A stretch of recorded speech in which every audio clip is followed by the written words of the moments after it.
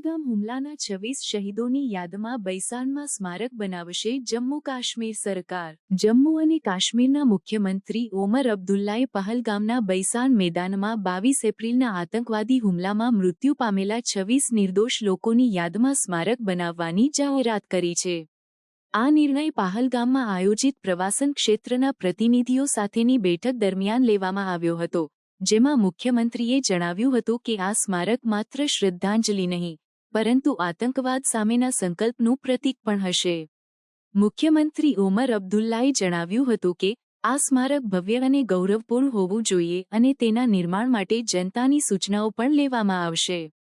તેમણે વધુમાં ઉમેર્યું હતું કે આ સ્મારક માત્ર ભવ્યતા માટે નહીં, પરંતુ શોક અને સ્મૃતિનું પ્રતીક બનશે।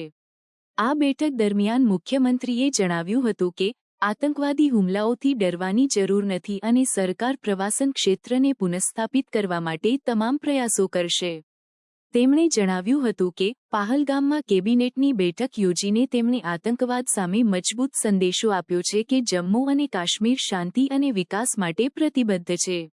મુખ્યમંત્રીએ વધુમાં જણાવ્યું હતું કે પહલગામ અને આસપાસના પ્રવાસન સ્થળોને ધીમે ધીમે ફરીથી ખોલવામાં આવશે અને પ્રવાસીઓની સુરક્ષા માટે તમામ જરૂરી પગલાં લેવામાં આવશે।